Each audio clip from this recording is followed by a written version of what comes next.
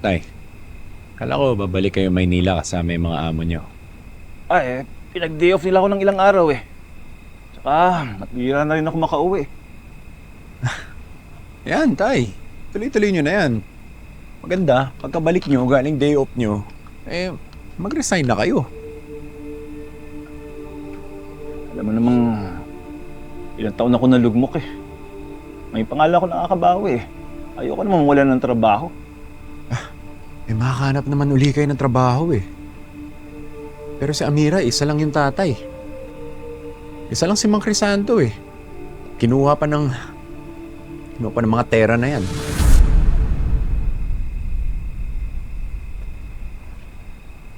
Alam mo Lex, apektado rin naman ako sa nangyari kay Crisanto eh. Pero huwag tayong padala sa emosyon. Tsaka, katiting lang yung ebidensya mo laban sa mga tera eh. Baka nga mali yung hinala mo eh.